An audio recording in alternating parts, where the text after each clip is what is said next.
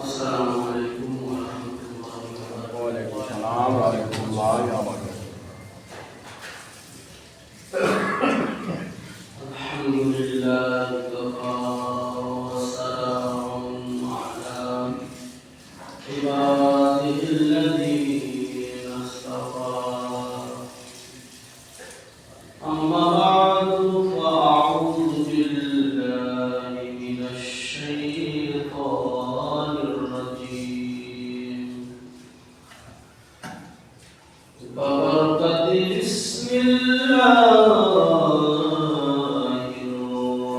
الرحمن الرحيم. شهر رمضان الذي أنزل فيه القرآن. صدق الله المولانا العظيم وبلغنا رسوله النبي الأمين المتين الكريم. ونحن على ذلك لمن الشاهدين والشاكرين. والحمد لله رب العالمين.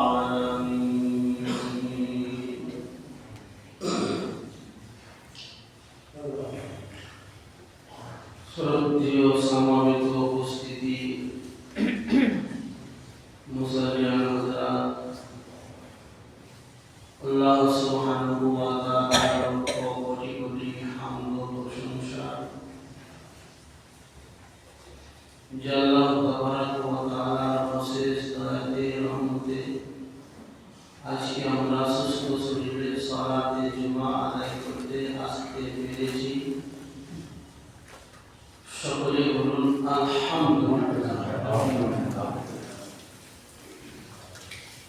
হামদ ও সালাত করে করে দুরূদ ও সালাম বর্ষিত হোক রহমাতুল লিল আলামিন নবী সাহারা মিনাল দুলার আহমদ মুস্তাফা সাইয়্যিদিনা মুহাম্মাদুর রাসূলুল্লাহ সাল্লাল্লাহু তাআলা আলাইহি ওয়াসাল্লাম প্রতি শত কোটি কোটি দুরূদ ও সালাম বর্ষিত হোক। মুহাম্মদ রাসূলুল্লাহ। আজকে যে জুমার নামাজ পড়তে আমরা এসেছি, এই জুমাটা হচ্ছে একদম শাবান মাসের শেষ জুমা। এরপরে ইনশাআল্লাহ আগামীকাল দিবাগত সুবে সাদিক পূর্বে সেই খাওয়া ইনশাআল্লাহ আমাদের নসিবে জুড়বে। অর্থাৎ রমজানুল মুবারকের মাস এবং রমজানুল মুবারকের চাঁদ আগামীকাল মাগরিবের সময় যে চাঁদটা উঠবে, আশা করি আল্লাহর রহমতে ইনশাআল্লাহ সেই চাঁদটা হবে।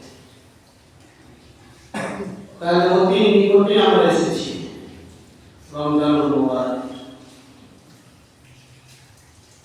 এই রমাজ শব্দ যেটা ইসলামীতে যেটা হচ্ছে র মিম আদ, র মিম দ, এই শব্দটা রমাজ। তো এই রমাদান এর মানে হচ্ছে পুড়িয়ে দেওয়া, ছাই করে দেওয়া কোনো জিনিসকে, একে বলে রমাদান।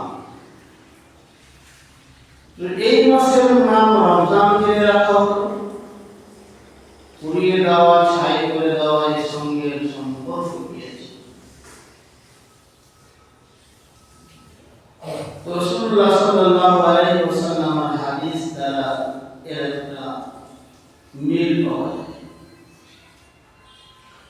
قال النبي صلى الله تعالى عليه وسلم দয়া নবী রহমাতুল লিল আলামিন নবী আমার বলেন, এই রমজান এই মাসের নাম এই জন্য রাখা হলো,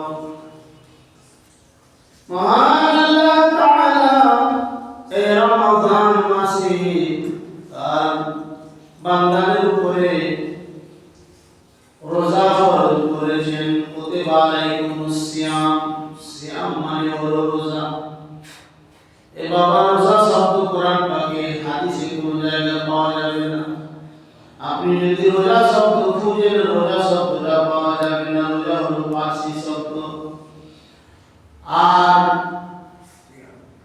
কোরআন এবং হাদিসে কোরআন শব্দটি আছে, আরবি ভাষায় আছে।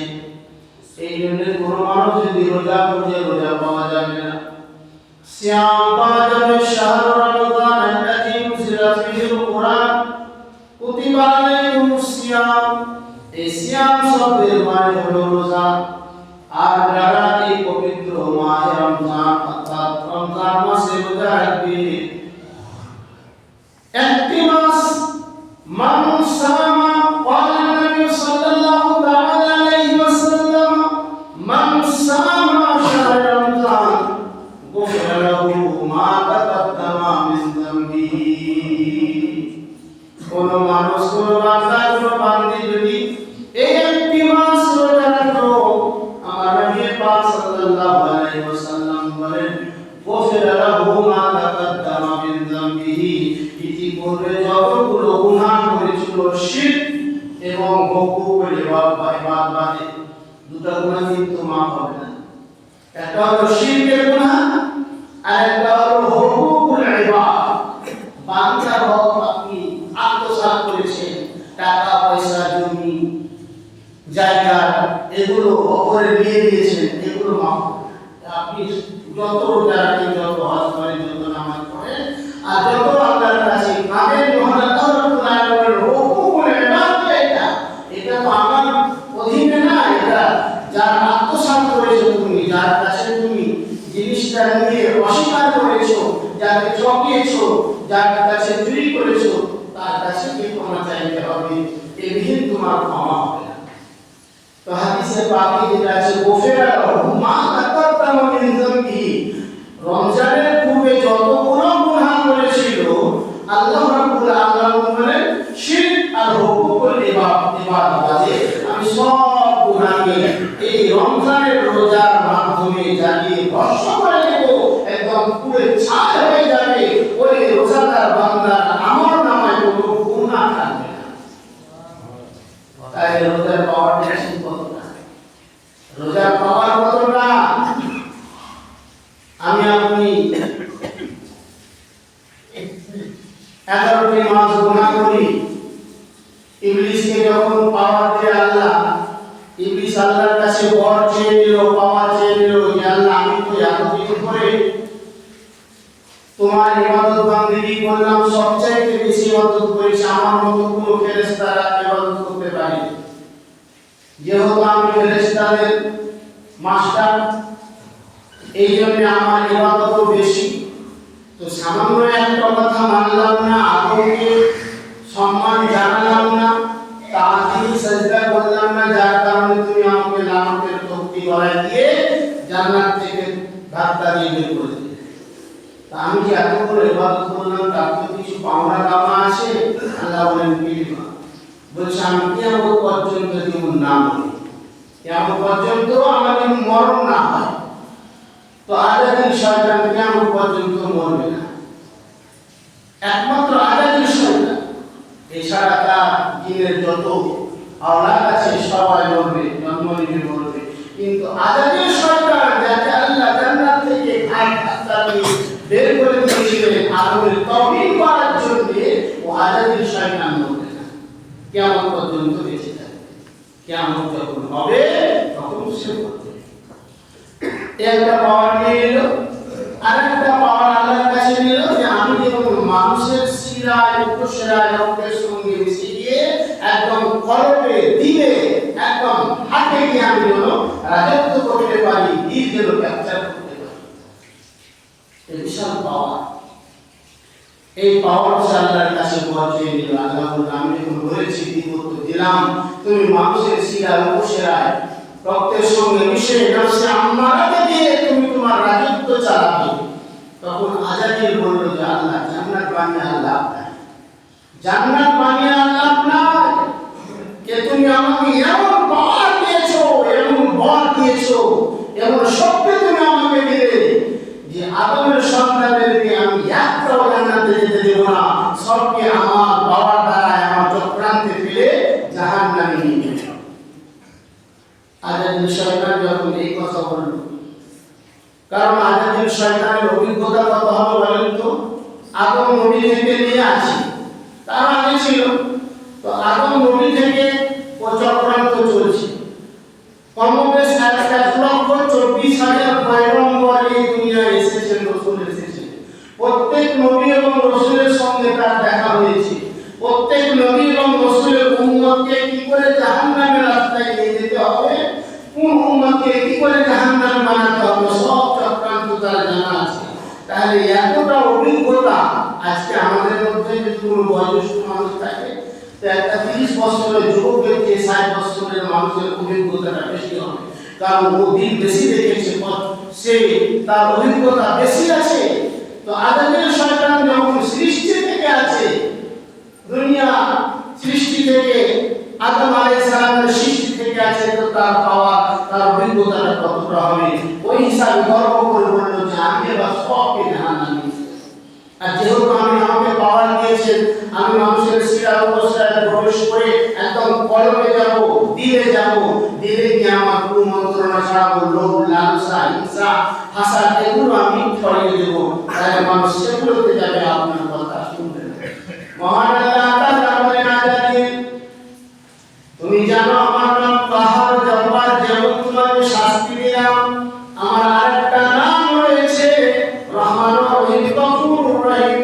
এ আজাদিন, 11টা মাস আমার বান্দাদেরকে তুমি গুনাহ করাবে, পাপ করাবে, অন্যায় করাবে, নাজায়েজ কাজ করাবে, হারাম কাজ করাবে, কিন্তু আমার বান্দাদের জন্য আমি একটি মাস দিলাম, রমজান মাস।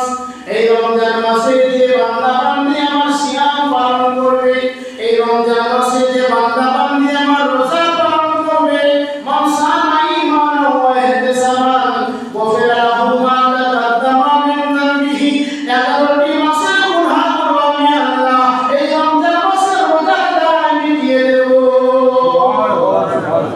11টা মাসের গুনাহ মিটিয়ে দেব, কিন্তু আমি আগে বলেছি শিরকের গুনাহ হবে না, আর হুকুকুল ইবাদের গুনাহটা হবে।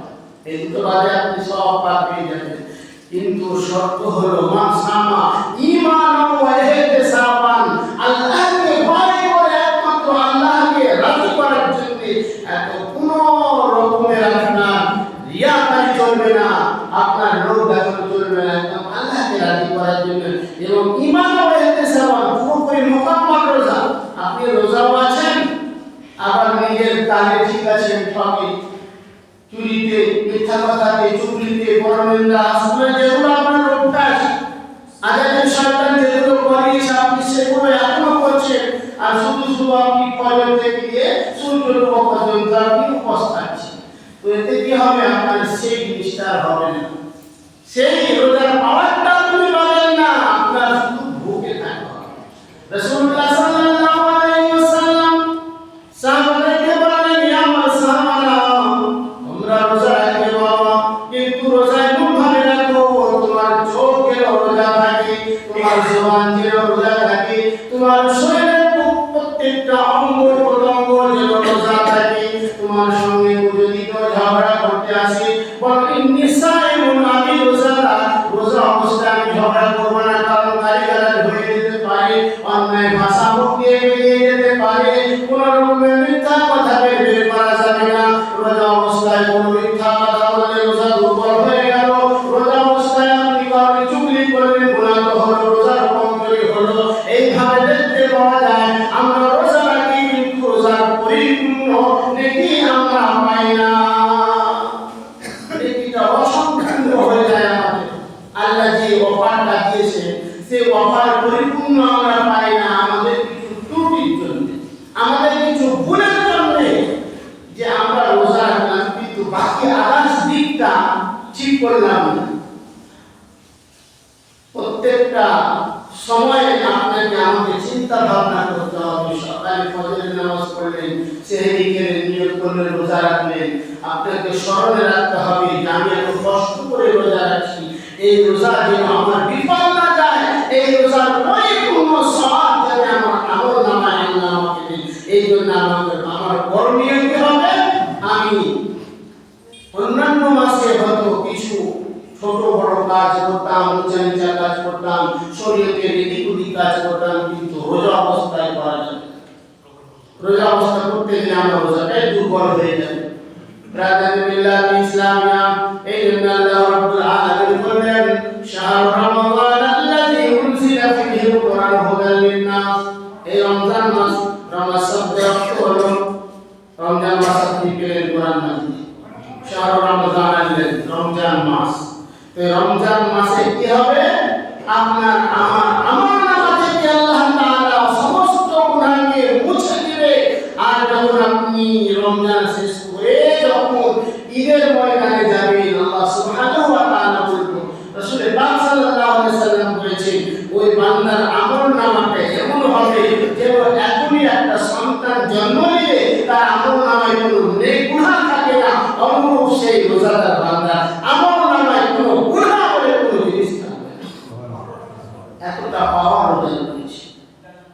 আর জায়গা হাদিসে আমার নবী পাক সাল্লাল্লাহু আলাইহি ওয়াসাল্লাম বলেন, আস-সাওমু জুন্নাতুন লিনারি জাহান্নাম। রোজা হচ্ছে জাহান্নামের আগুন থেকে বাঁচাবার একটা ঢাল। জুন্নাতুল লিনারি জাহান্নাম, আগুন থেকে, জাহান্নামের আগুন থেকে বাঁচার একটা ঢাল। তো ঢাল যদি মজবুত হয়, ঢাল বুঝেছেন তো? ঢাল মানে এখন তো আর ঢালের দরকার পড়ে না, এখন তো বম পিস্তল আপনার মিসাইল বিভিন্ন ধরনের যুদ্ধ হয়, কিন্তু আগে যুগে ঢাল আর তলোয়ারের যুদ্ধ হতো, এসব ছিল না। তো ঢাল মানে শত্রুপক্ষ তলোয়ার দিয়ে আঘাত করলো, ঢাল দিয়ে রুখতে হতো, আর তারপরে তাকে প্রতিঘাত করতে হতো। তো ঢাল না থাকলে যুদ্ধ করা যেত না। মানে শত্রুপক্ষ যে আপনাকে চালানো ভয় করবে, মারবে, সেটা আপনি রুখবেন কিসে? হাতে তো রুখা যাবে না, ঢাল থাকতো। ঢাল যার যত মজবুত সে তত বাহাদুর হয়ে লড়াই করতো যুদ্ধের ময়দানে।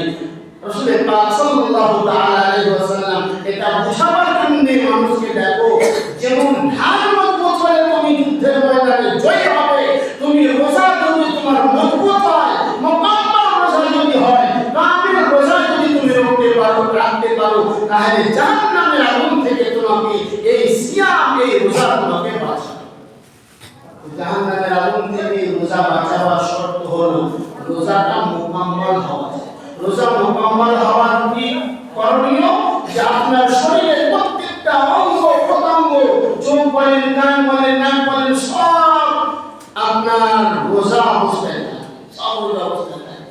আপনি যুবক ভাই, আপনি কি করলেন? রোজা আছেন, এদিকে হেডফোন লাগিয়ে গান শুনছেন, তো বাবা রোজা রেখে লাভ তো হলো না, আপনার রোজাটা তো বিফলে গেল, ফল পাওয়া যাবে না। তো আপনি রোজা আছেন, গেম খেলে যাচ্ছেন, চোখের গুনাহ হলো, আপনার রোজা দুর্বল হয়ে গেল, শুধু উপস্থাপনায় হলো, সওয়াব পাওয়া যাবে না, কমে যাচ্ছে। রোজা অবস্থায় কোনো রকমের চোখের দ্বারায়, কানের দ্বারায়, হাতের দ্বারায়, পায়ের দ্বারায় কোনো গুনাহ যদি আমার দ্বারায় না হয়, তবে ওই রোজাটা আমি রোজা হবে, তবে ওই রোজাটা আপনাকে জাহান্নামের আগুন থেকে বাঁচাতে পারে। তো ব্রাদার বিল্লাহ ইসলাম, আমরা রোজার প্রতি নিকটে রোজার মশলা মশাইল অনেক আছে, যেগুলো আমাদের জানা আছে। কারণ প্রত্যেক বছর তো 11টা মাস পরে আবার রমজান মাস আসে। তবুও যদি আপনাদের জানার থাকে জানবেন, বুঝার থাকে বুঝবেন, যাতে আপনার রোজাটা পরিপূর্ণ মুকাম্মাল রোজা হয়ে কাল হাসরের ময়দানে জাহান্নামের আগুন থেকে বাঁচাবার ঢাল তৈরি হতে পারে, আপনাকে জাহান্নামের আগুন থেকে বাঁচাতে পারে। এগুলো আমাদেরকে লক্ষ্য রাখতে হবে। রোজা অবস্থায় আপনি মসজিদে আসবেন, মসজিদে ঢুকলেন, মসজিদের ঢুকার দোয়া আল্লাহুম্মা আফতাহলি আবওয়াবা রাহমাতিকা, ছোট্ট দোয়া। ঢুকলেন, নওয়াইতু সুন্নাতাল ইতিকাফ, নিয়ত করে বসে গেলেন, তাসবিহ পড়বেন, দুরূদ শরীফ পড়বেন, জিকির করবেন। 3-4 জনা মিলে যে মসজিদে গল্প করেন, তো আর গুনাহ হয়ে গেল। মসজিদ গল্প করা যায়, মসজিদে এলেন, জবান বন্ধ হয়ে গেল, আলোচনা কোনো গল্প চলবে না, একমাত্র জবান খুলবে আল্লাহর জিকিরে, নবীর দুরূদে, আপনার সালাত ও সালামে, কিয়ামে, এগুলোতে জবান খুলবে। এমন দুনিয়াদারির কোনো কথা মসজিদে আলোচনা করলে ও রোজা রেখে আপনার গুনাহ হবে। সতর্ক থাকতে হবে। আল্লাহ তাআলা যেন আমাদেরকে মেনে চলার তৌফিক দান করেন। আল্লাহুম্মা আমিন। ওয়া মা আলাইনা ইল্লাল বালাগুল মুবিন। আসসালামু আলাইকুম ওয়া রাহমাতুল্লাহি ওয়া বারাকাতুহু। দিনার সুন্নাত বাকিয়া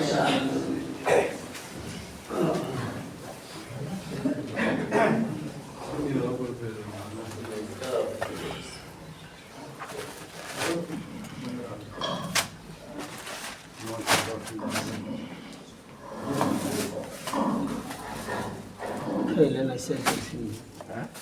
শেষ দিন সিন্দি খেলেন দিয়ে দিয়েছি বেশি করে দিয়েছি দিতে পাবো না আর পড়ো